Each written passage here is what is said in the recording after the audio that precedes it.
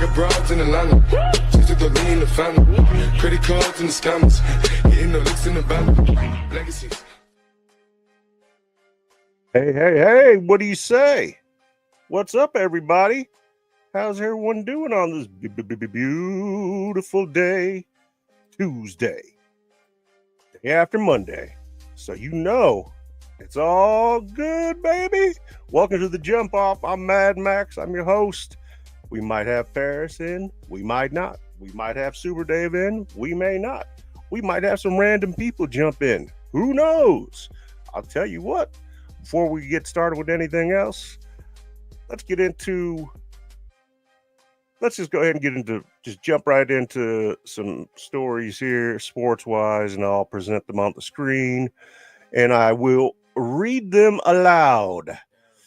According to ESPN and Shams Charania, the Spurs and free agent Luke Cornett have come to a deal. Washington receives 2 more young players as the Wizards continue to add some more talent this offseason with potential for increased opportunity along with an expected later second rounder. The Washington Wizards are trading Kelly Olynyk to the Spurs for Malachi Branham, Blake Wesley, and the 2026 second round pick. Yeah. We'll see. And the pick is going to be the least favorable of the Mavericks, the Sixers, and the Thunder. And that's according to Shams and ESPN. The Oklahoma City Thunder, they're going to re-sign their 7-footer Brandon Carlson to a new 2-way NBA contract. That's according to Priority Sports and ESPN.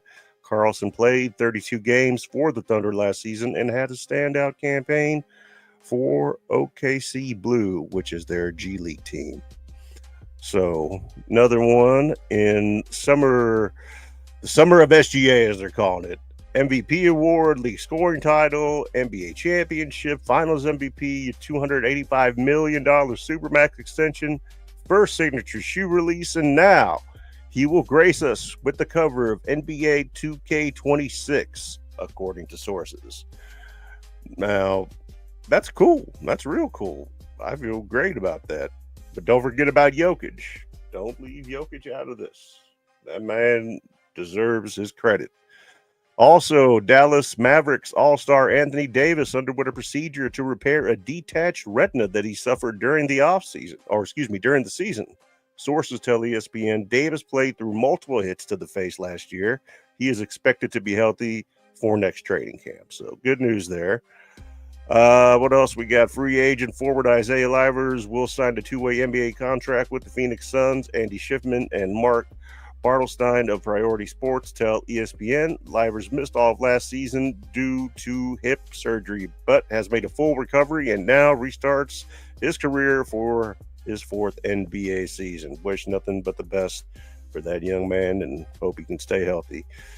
I believe we talked about the Magic, and they've got 5-year deals on Paulo. They've got 5-year deals on Wagner, and they've got another 5-year deal. Was it on a? Let me find it. I'll find it. Who was it? This is going to drive me crazy. I told you about Kyle Lowry signing a 1-year deal to return to the Sixers. I told you about that yesterday. Norman Powell, Super Day brought that up, going to Miami. John Collins going to LA, and Utah is just, it's Utah. Where is it? This is going to drive me crazy now. Kevin Love, don't be surprised if you see Kevin Love in a Lakers uniform. Ryan Rollins agrees to a 3-year deal to return to the Bucks. And Rollins, he is on a 2-way contract, or he was on a 2-way contract last year up until February. And then he received a standard deal in March. He opted for the rest of the season contract, became an unrestricted free agent, and now he's rewarded with $12 million in that deal. So that's really nice.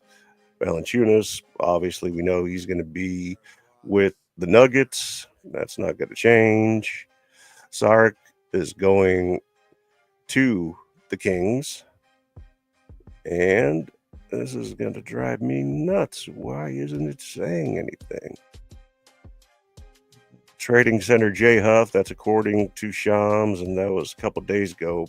But I want to say that Orlando got both Wagner's back, and I can't remember. Was it Harris, the third one they got?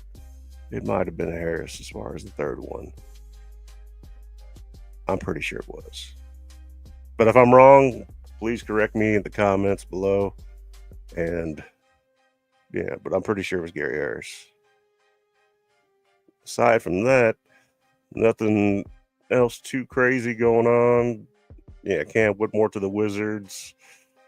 Miles Turner, we know that he left the Pacers and he's going to be playing for the Bucks, so no big news there.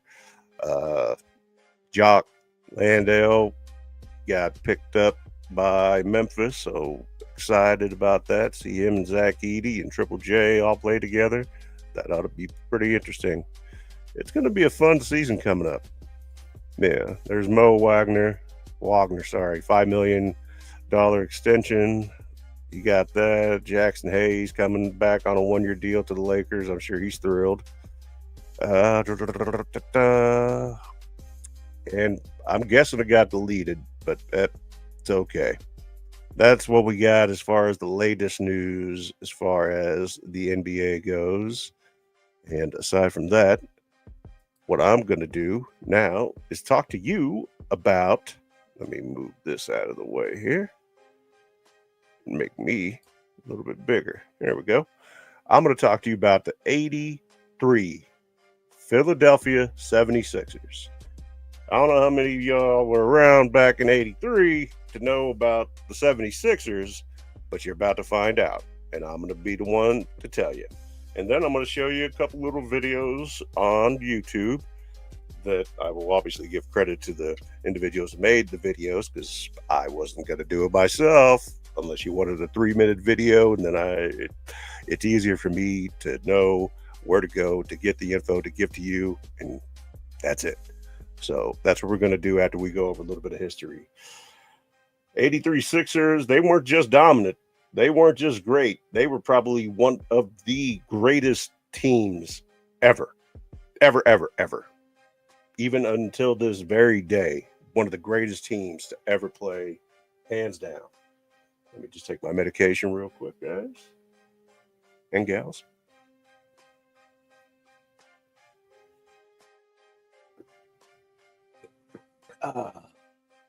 And of course, legal in all 50 states. Farm Bill approved, Crescent 9, THC seltzer, 50 milligrams of THC. It's delicious, it's nutritious, and it's legal. Anyway, which also, before I forget, quick plug to the show sponsor right here. We're going to move this right there. And if you can read that ticker at the bottom, use that code, save yourself some money. We ship everywhere, and you got 110% money back guarantee. Facts. That's right. Let me move that to right here, and then I'm gonna go over here, get mine on here. Hold on there, killer. Wow. Like that.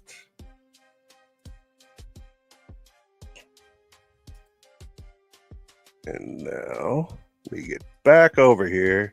All right, guys. So before anything else, let me put that picture back on so you can see that. I'm going to put myself right there. There we go.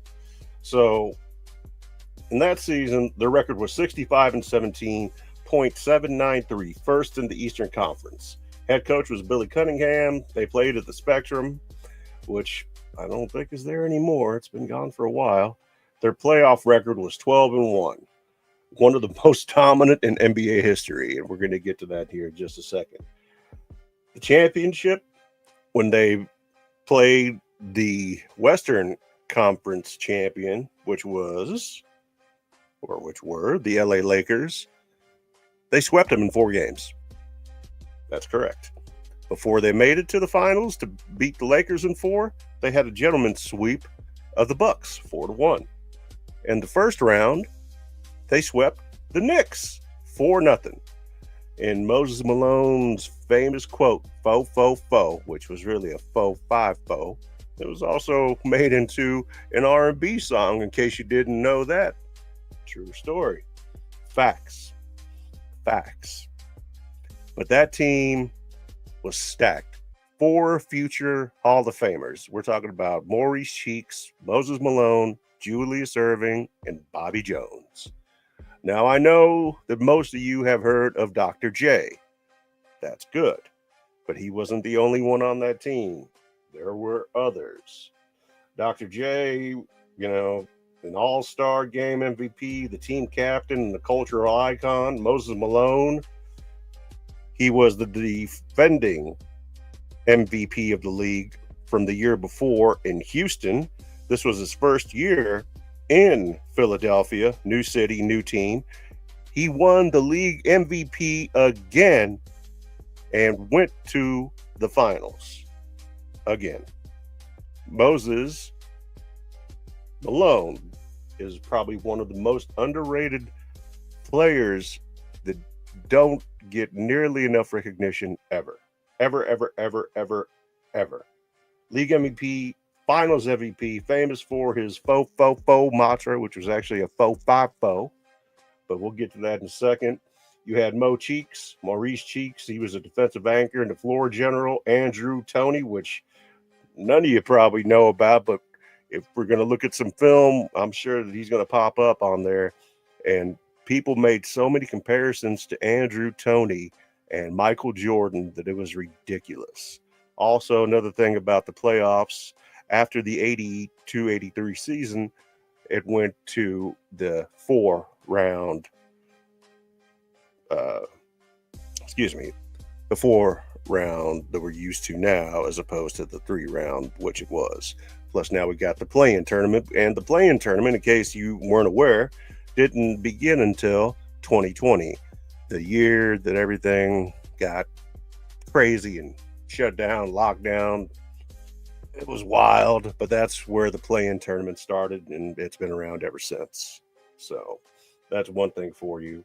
Andrew Toney, unbelievable player. He's still around, and he had a lot of bad blood with the team for a long time because he kept complaining about his feet hurting, and the team continued to ignore him, even though they did x-rays and did what the medical staff does and make sure he's okay. But he kept playing. They kept telling him he's okay.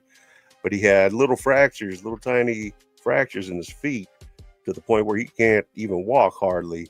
But he was still able to come out, win a championship. It shortened his career. I believe he only played for 8 seasons, if I'm not mistaken. But he was one of the coldest brothers you've ever seen play. When you got a nickname like the Boston Strangler, yeah, the reason they called him the Boston Strangler is because he would destroy Boston. Larry Bird and the Celtics, they hated him. You think they hated Jordan? They hated seeing Toney. They probably happy that he only lasted 8, maybe 10 seasons tops. But he was a bad brother. He's number 22, in case you're curious if you're looking for him. But we'll see Toney on there. And then Bobby Jones, 6th man of the year, elite defender, super elite defender. Also a Hall of Famer. So there's your 4 Hall of Famers right there. And I'm not even talking about Chocolate Thunder because he's not a Hall of Famer, but Dawkins was on that team along with others. So it was a complete team. It was a deep team. It was an ultra talented team. And it was a team that absolutely dominated, not just because they won the championship, but they were there and they were relevant the whole time. And if you know anything about basketball history, then you'll know exactly what I'm talking about. Amazing team to watch, and we're going to get into them and see some videos, some highlights of them. We're actually going to look at one of Johnny Arnett's videos. He's a creator on YouTube. He talks about old school, new school, goes live very seldom, very knowledgeable, watches basketball kind of like I do. You'll sit there and rewatch old games. That's what I like to do too. Love the game. And he's got a great channel. I highly recommend him. Another one that I really enjoy is the Basketball Time Machine with John David. Another one of my favorites. Old school all the way, pretty much. And then there's plenty of smaller channels that love talking about the old school. Super Dave, Raw Sports Radio. And you'll see a couple more here, but I'll go ahead and give the shout outs to Water God TV with Rob the Water God, TDAU, Hickory, The Dank, and Underwhelming, who's going to be on tomorrow night at 7:30 p.m. Central Time, because he's on the East Coast. I always get him mixed up, but fun show. Just had a kid, so he's going to be busy for the rest of his life. Congratulations, Kyle. Love you, brother. Also, Rolling Hay with a G, Hay Podcast with a dash VR.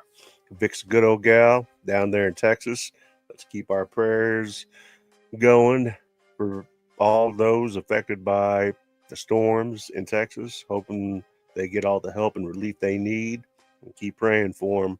Do whatever you can, whether it's sending the donation or if you're an able-bodied individual that wants to help and you can make it down there, do it. That's it. That's what we got to do in order for us to survive. We're not designed to necessarily like one another, but we are designed to work together to accomplish things. So put our differences aside and we can all be empathetic to what it's like to suffer and go through hard times and difficulties. So don't make times even more difficult or harder than they need to be. They say that hard times, tough times, they make hard men, they make tough men. That might be true, but when there's a situation and it can be helped, then let's go help. Okay? So people don't have to suffer. If we've got money to help the rest of the world, we've got money to help Texas. I promise. So my thoughts and prayers from myself and my family to everybody affected. We're going to keep praying for you and we'll help out any way we can. All right, guys, let's get back to the show here. On the team stats, points per game, they averaged 112.1. Their opponents, they averaged 104.4. Their offensive rating was 108.3. Their defensive rating was 100.9. Their net rating was a plus 7.4. That was the best in the league. The playoff run breakdown in the Eastern semis, they swept the Knicks 4-0. Bye-bye. And then in the Eastern finals, gentleman's sweep of the Bucks, 4-1. Peace, Bucks. And then the finals, they swept the Lakers, a loaded, stacked Lakers team. Loaded, stacked. 4-0. Bye-bye. Gone. Moses Malone famously predicted, like I said, 4-4-4, which actually went 4-5-4, but all the same, that one game they dropped to the Bucks, they were still 12-1 and one of the best postseason records of all times. The legacy and impact of the culture, it was regarded as one of the greatest teams in NBA history. It also, like I told you, inspired that R&B track 4-5-4 by Pieces of a Dream. Go listen to it after this. And then, like I said, their 12-1 playoff record stood as the best until the 0-1 Lakers and the 17 Warriors surpassed it. So, to give you an idea of how good these guys were, that should tell you. But as you all know, seeing is believing, right? Right. So let's see and believe. I'm going to present my channel on my YouTube and go to my favorites. And I'll put that up right there. There's my channel on YouTube. If you haven't hit that subscribe, like, notification on whatever platform you're watching on, then I don't know what you're waiting for. Hi. Let me get in here, and then I'm going to go to my favorites, which is right here. And instead of play all, I'm just going to hit this. This episode of the Watt Files is brought to you by Aura. That's not the one we want. The one we want. Why? There we go. No. Baltic Sea anomaly. No. Not 3 hours NBA history. No. It's not that. Dun. 1983 championship. So we're going to watch this one first. Actually, we're going to watch this one first. This is Johnny Arnett. His channel's on YouTube. Great channel. It's about a 6-minute video. We're going to react to it as we watch it and go from there. So here's the video, guys.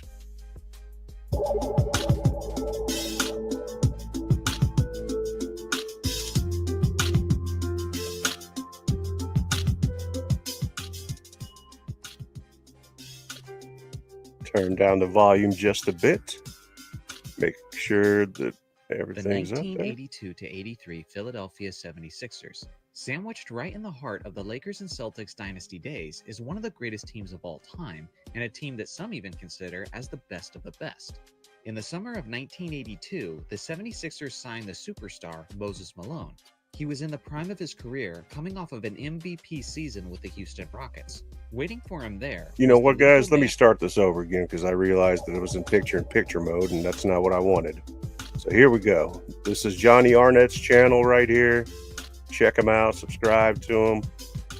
We're going to watch this video. It's a little over 6 minutes, and then you'll be able to see with your own eyes what greatness looks like. The 1982 to 83 Philadelphia 76ers, sandwiched right in the heart of the Lakers and Celtics dynasty days, is one of the greatest teams of all time, and a team that some even consider as the best of the best.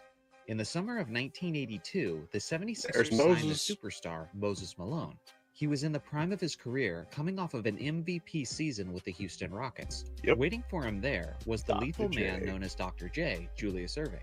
In 1982, before they had acquired Moses Malone, the 76ers were already considered one of the best teams in the league. They had won 58 games and pushed the Lakers to 6 games in the 1982 NBA Finals. They had come extremely close to winning the championship, and then they simply improved in the offseason by adding the league's MVP. A tandem of Dr. J and Moses is terrifying enough in itself, but they had much more firepower than that. 4 out of their 5 starters were named NBA All-Stars in that 1983 season. Starting at the point was the Hall of Famer Maurice Cheeks. The 6'1", 27-year-old loved the fast break, and he was an excellent facilitator and an excellent defender, who made first-team All-Defense that season and a total of 5 All-Defense teams over the course of his career. More specifically, Maurice was one of the greatest pickpockets of NBA history and currently stands 5th on the all-time list in steals. Starting at the 2-guard spot was the efficient scoring shooting guard Andrew Toney. As a 25-year-old, he was in the prime of his career and put up 19.7 points and 4.5 assists on 50% shooting over the course of that season. At the 3 was the 6'7" small forward Julius Erving. He was 32 years old and technically just past his prime seasons, but with that being said, he was still lethal and one of the best wings in the league. That season, he contributed with 21.4 points, 6.8 rebounds, and 3.7 assists on 51.7% shooting. Their weakest spot in the starting lineup was at power forward. The 6'8", 26-year-old rookie Mark Ivoroni contributed just 5 points and 4 rebounds in his 20 minutes per game. But when you're surrounded by all-stars, I can understand why it can be hard to achieve nice numbers. Right. Starting at the 5 was arguably the most underrated center in NBA history, Moses Malone. 100%. Moses was once again absolutely dominant that season, both as a scorer and on the boards. He put up ridiculous numbers of 24.5 points, a league-leading 15.3 rebounds, and 2 blocks on 50% shooting. He was also first-team All-Defense that year. Coming off the bench was their go-to 6th man, the 6'9" power forward Bobby Jones. He played 23.6 minutes per game that season, and his nickname was the Secretary of Defense, and for good reason. Bobby was a 5-time All-Star who made 11 All-Defense teams over the course of his career. He was so good defensively that season that Bobby made first-team All-Defense as the 6th man. Needless to say, he was that year's winner of the 6th Man of the Year award. Between Malone, Maurice Cheeks, and Bobby Jones, the 76ers represented half of the entire NBA's first-team All-Defenders that year. Rounding out their rotation were additional decent pieces in Clint Richardson and Clement Johnson. With Maurice Cheeks and Irving, they were fierce in transition, but if they wanted to slow things down and run a power offense through Moses, they could do that too. Looking at the results of this group, we see that the 76ers finished with a league-best 65-17 record. They had statistically the 5th best defense and the 5th best offense that season. They beat teams by an average of 7.7 points over the season. They utterly dominated the playoffs, finishing the postseason with a 12-1 record, and they had that season's MVP, Moses Malone. Moses is still the only player in NBA history to win back-to-back MVP awards on 2 separate teams. Facts. This team was absolutely incredible and was clearly the best throughout the season, and they knew it too. Heading into that postseason, a reporter asked Moses how he expected his 76ers to do in the playoffs, and his response was, foe, meaning the amount of games they would play in each series. To say their confidence was high would be a massive understatement. A big factor of why the 76er team is so unbelievably great is because of the strength of their playoff schedule and how they dominated regardless of the competition. They started by sweeping a solid New York Knicks team in only 4 games. After that, in the Eastern Conference Finals, they had a meeting with the powerhouse Milwaukee Bucks, who had names like Sidney Moncrief, Marcus Johnson, and Bob Lanier. If that doesn't tell you how strong the Bucks were, consider the fact that this Milwaukee team was coming off of a 4-game sweep over the Bird, McHale, and Parrish-led Boston Celtics. Up to that point, the Celtics had never been swept in their 30-year playoff history. Despite the Bucks looking like a more than formidable matchup, Moses and the 76ers still dominated, defeating Milwaukee in only 5 games. Waiting for them in the finals was the defending champions and the team that beat them last year, the Magic Johnson and Kareem-led Los Angeles Lakers. Stacked. The Lakers seemed poised to be the resistance that the 76ers needed, but the truth is, absolutely no one was slowing down the 1983 76ers. In those finals, Malone absolutely destroyed Kareem and the Lakers, putting up 25.8 points, 18 rebounds, and 1.5 steals and 1.5 blocks. Damn video game numbers. Shooting, and he was rewarded the Finals MVP as they stunned the basketball world by sweeping the juggernaut Lakers. That 12-1 postseason run is still to this day tied for the fewest losses in NBA playoff history. This would be their only championship in the 80s as Julius was beginning to reach the twilight of his career. But as far as that single season, all the perfect elements collided to make the perfect storm, and the result was a team with a strong case for the title of greatest in NBA history. Let me know in the comments section where you rank the 1983 76ers among the greatest teams of all time. Thanks for watching as always, make sure to like and subscribe for more NBA content, and I'll see you guys in the next video. So that gives you an idea of just how good this team really was. Now I'm going to show you another video. This is going to be from another small channel, and let me put it up here. This one is going, oops, went back. Sorry about that. There we go. This one is Gin Og Kamot, and he's got a little over 16,000 subscribers. Like I said, small channel by YouTube standards, but pretty good sized channel in anybody else's standards. So we'll watch this video, 6 minutes, and then I got one more for you that will just be a quick little couple minutes, and then that's all we've got for tonight, other than my monologue, which everyone loves so much. So let's watch this one real quick, another 6 minutes of your time. That's well worth it.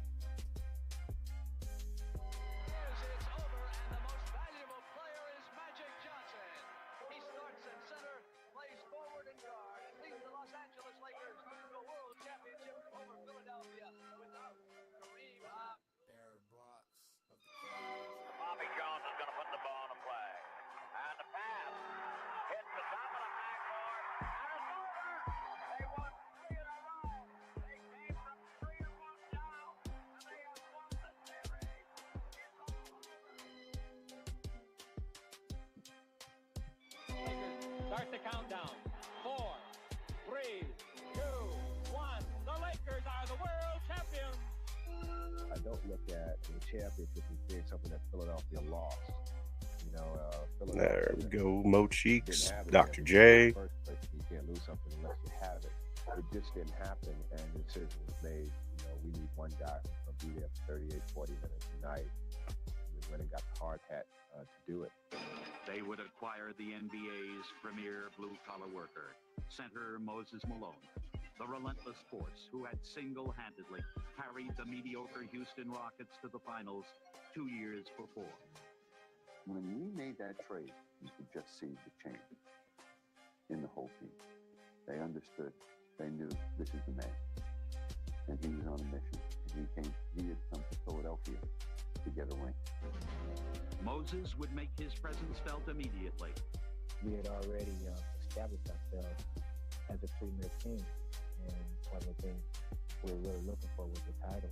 And everyone felt in our hearts, once we got Moses, we reached that goal. From the outset, it was apparent that the 1983 Sixers had found a killer instinct. With Moses leading them, they would go for the jugular in every contest. Philadelphia on the break, looking to take the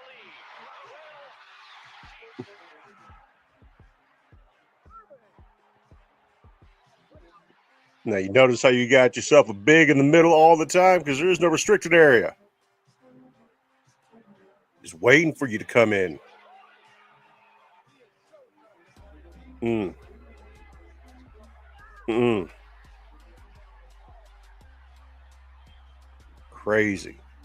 Crazy good. When our team was healthy, nobody could beat us. Facts. Worthy against Malone. Pass is deflected, going to be stolen, I think, by the doctor. Yes, he's got it. Here he comes. Doof. Hey, rock the beat. As the Sixers stormed to the division title, Philly fans were confident that this would finally be their year. Little Mo, Big Mo, the doctor, Andrew Toney, and Ivoroni. No baloney.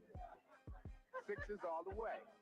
But no one was more confident than Moses, who issued a bold guarantee that Philly would not lose a game in the postseason. And in the first round against the Knicks, he would back it up. That's Moses right there. Dribbling behind the back, doing it all. He would be the next to fall victim to the possessed Sixers. Good move and blocked from behind. Back to Jay. Blocked by Julius. And though Philly would eventually drop one contest, they continued to gain momentum and admirers. This is the best team that I've seen in 10 years. Donnie Nelson. Any team touching the Sixers, I really can't. The defending champion Lakers were ready to prove Nelson wrong as their fans called for the Sixers' customary finals swoop. But as the series began in Philadelphia, Sixer fans were sure that this year would be different. Oh, yeah. They knew it. They would reward their fate by trampling LA in the first two games. Trampling. Not just beating, just trampling. Nothing but hustle, nothing but grit, nothing but heart. And you're telling me these are plumbers? These are the plumbers you guys talk about? Not you guys, but some of these people talk about? What are you guys, not you guys, because you guys are the best. We want someone to remember this thing. Billy Cunningham. Kareem and the Lakers looked to regroup in LA. But as he Moses. said all year long, Moses refused to allow the Sixers to let up. Philly's season-long mission Whoop. was almost at an end. And Look at Moses that. was not to be denied. Moses wasn't playing, I'm telling you. And he is determined. Fittingly, it would be the doctor who would seal their triumph.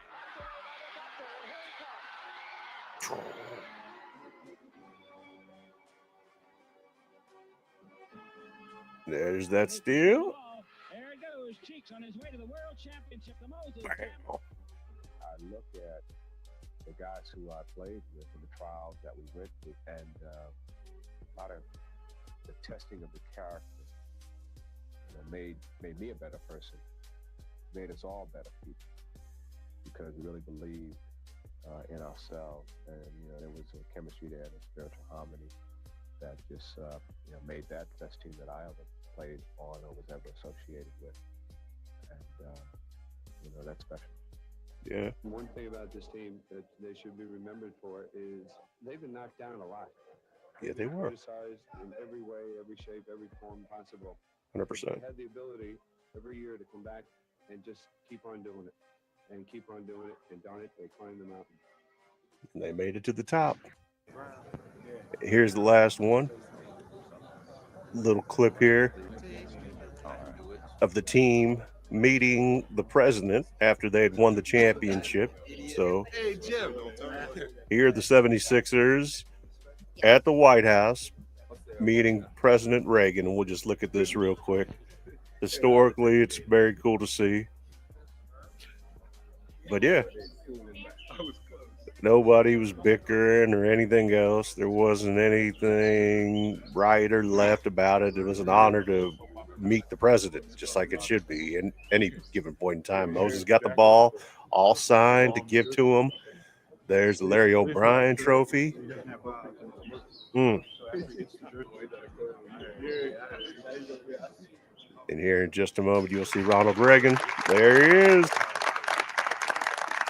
There he is.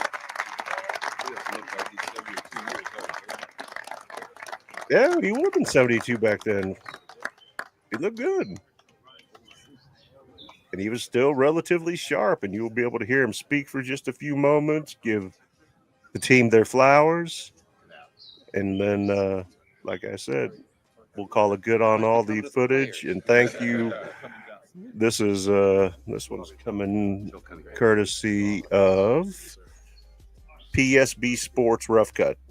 Like I said, 308 subscribers, smaller channels. There's nothing wrong with the smaller channels. You guys show love and show support. Big channels, little channels, channels that you like. You know what you like. If you like basketball, keep coming here. Football, keep coming here. Comedy, humor, and other nonsense, you're in the right spot. Well, thank you very much, and welcome to the White House.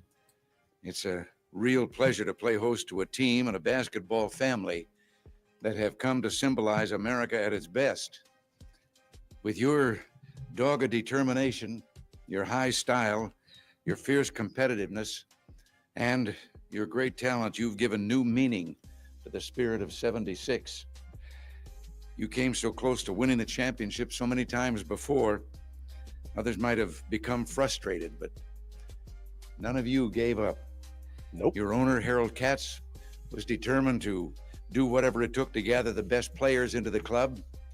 Your coach, Billy Cunningham, played on the last Philadelphia championship team, so he had the vision. Yep. But you, the players, are the ones who put it all together with your individual effort and team spirit. I know that Dr. J and Moses Malone, Mr. 444, are two of your brightest stars, but it took every one of you pulling together to make this dream come true. Your regular season was nothing but awesome. 65 wins with only 17 losses, and your performance in the playoffs set a new NBA record. I think Coach Riley of the Lakers put it best when he likened your playoff style to controlled fury. And he should know, since he was on the receiving end. But whenever people excel the way you have, it's usually because they burn for excellence somewhere down deep inside. I remember once reading that Dr. J said he put the most pressure on himself because of his ambitions to be the best basketball player ever. What happens around me, he said, can't put any more pressure on me than that. Well, your team history of come from behind striving tells me that you felt that internal pressure as a team.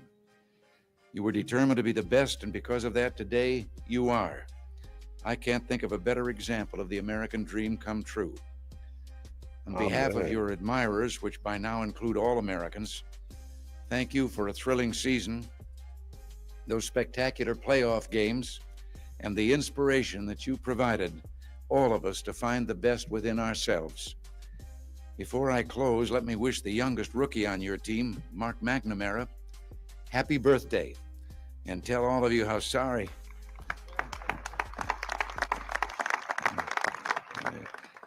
and tell all of you how sorry I was that I wasn't able to phone you the night you won the championship. There's always next year, and I won't forget. I owe you one. Well, thank you very much. Mr. President, on behalf of the NBA, I want to express our deep appreciation for your invitation to the world champions and the NBA here today. It's wonderful of you to do it, and I'm sure fans throughout the country and the world are equally appreciative, and thank you. And I've been told that there are occasions when you do a little refereeing here. And I want to present to you, therefore, an official referee's jacket, which you can wear on those occasions when Tip and the rest come down to visit you. About that. And it is the official referee's jacket. So now you are an honorary referee in the NBA, Mr. President. Well, I thank you very much. How cool is that? You wouldn't mean there aren't enough people mad at me already?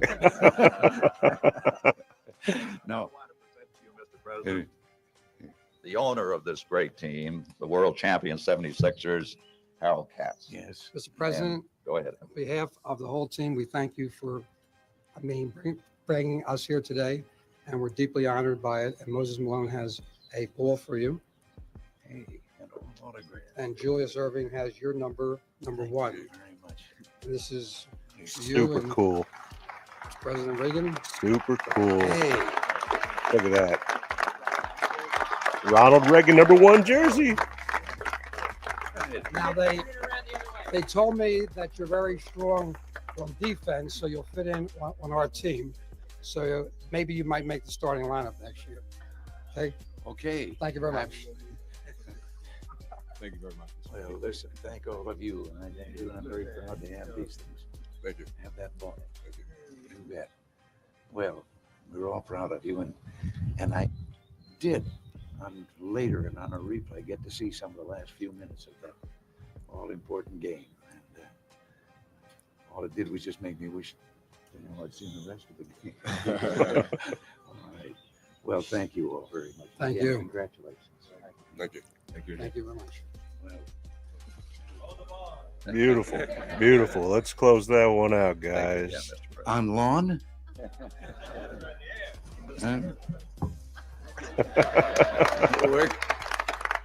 If I'd have known that, we could have had baskets put up here at both ends. Just about the right size. Yes. This, ladies and gentlemen, is the World Championship trophy that now becomes the permanent possession of the 76ers. It was designed by Tiffany. It is gold, and we protect it at all times.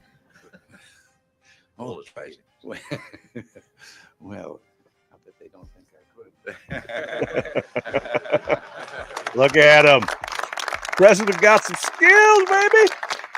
Ronald Reagan. Rest in peace. All right, guys. I hope that you. Oops. There we go.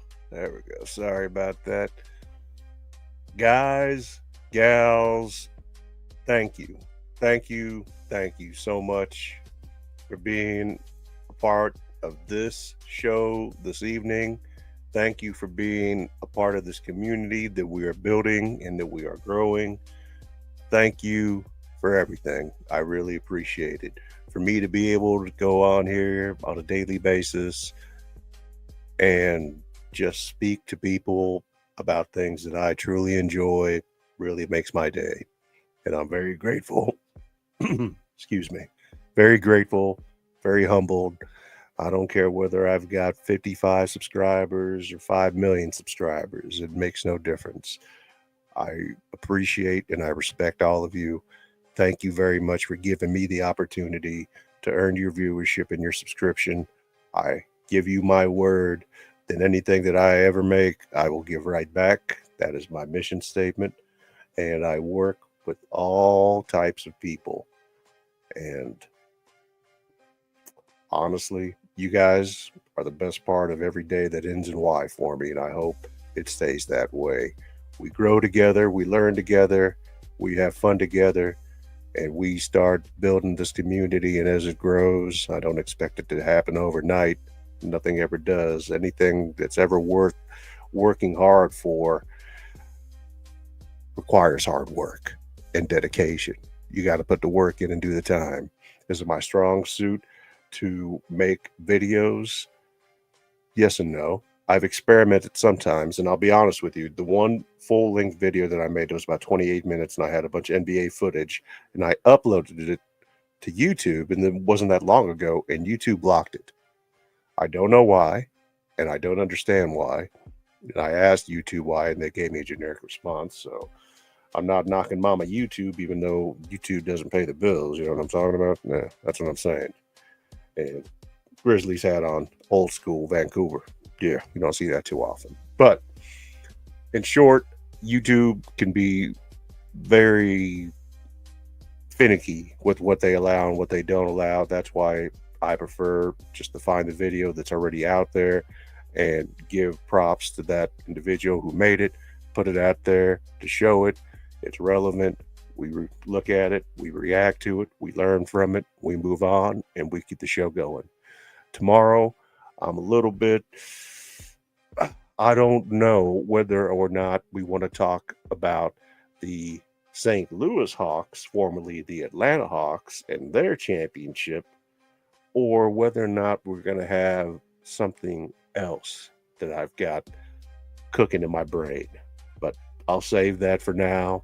As far as everybody's concerned, tomorrow we're going to learn about Bob Pettit and the St. Louis / Atlanta Hawks and their single championship and how good those players were. Okay? Guys, gals, people tuning in from everywhere, I appreciate you. Once again, thank you across all the different platforms. If you don't mind, subscribe, like, share, notify. It's not mandatory, but it would be appreciated. Aside from that, I'm your boy Mad Max, coming with the facts. Hopefully we get Tony and Super Dave back on soon. Otherwise, I wish you all great Tuesday evening. Get ready for another great Wednesday, and I'll see you tomorrow at 7. This is Max, and I'm out. Deuces.